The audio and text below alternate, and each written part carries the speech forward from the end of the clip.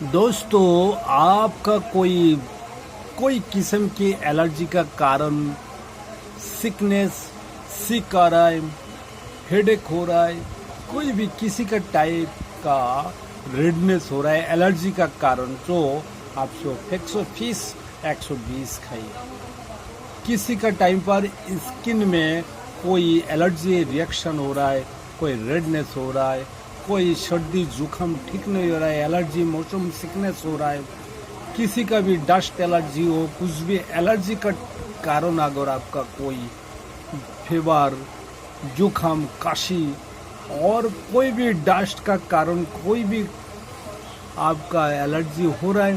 तो आप खाइए डेली एक टैबलेट। रात को सोते वक्त एक गिलास पानी का साथ एक 120 mg का फिक्स अपना देना हाइड्रोक्लोराइड टैबलेट एक खाइए।